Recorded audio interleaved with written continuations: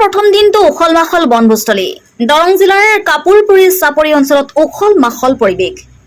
নমস্কাৰ, মই সমগ্ৰ অসমবাসীলৈ নৱবৰ্ষৰ শুভেচ্ছা জ্ঞাপন কৰিছোঁ। নতুন বছৰ অৰ্থাৎ 2024 চনে সকলোলৈ সুখ সমৃদ্ধি আনন্দ কঢ়িয়াই আনক। আৰু আজি আমি 1 জানুৱাৰী বুলি ইয়াত মঙলদৈস্থিত কাপুৰপুৰী মন্দিৰত যথেষ্ট বনভোজৰ পাৰ্টি আহিছে। ইয়াত আমি এতিয়া আনন্দ উল্লাসেৰে দিনটো অতিবাহিত কৰিছোঁ, যাতে এনেদৰেই গোটেই বছৰটো আমি আনন্দ আৰু হাঁহি ফূৰ্তিৰে কটাব পাৰোঁ। ধন্যবাদ। কোনে যদি নাচিছে, কোনো একো জোতেৰে খাদ্য বনোৱাত ব্যস্ত। ইংৰাজী নৱবৰ্ষৰ প্ৰথম দিনটোত উখল মাখল পৰিৱেশ সৰ্বত্ৰেই।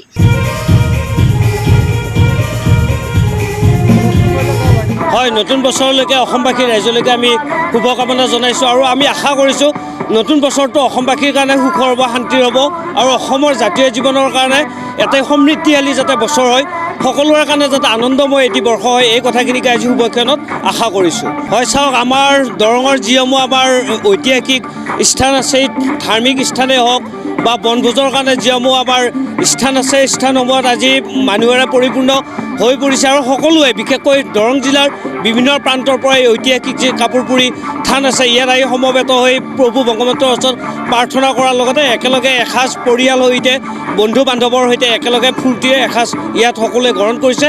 আৰু ইয়াত যি এক নান্দনিক পৰিৱেশ এটা হৈছে, এই নদীটোৰ কাষেৰে বৈ গৈছে, এই নান্দনিক পৰিৱেশৰ মাজত সমগ্ৰ জিলাবাসীৰ একাংশ মানুহ আহি আজি ইয়াত আনন্দৰে এসাঁজ বনভোজ খাইছে। দৰং জিলাৰ কাপুৰপুৰী চাপৰি অঞ্চলত বহুতো বনভোজ দলৰ সমাগম।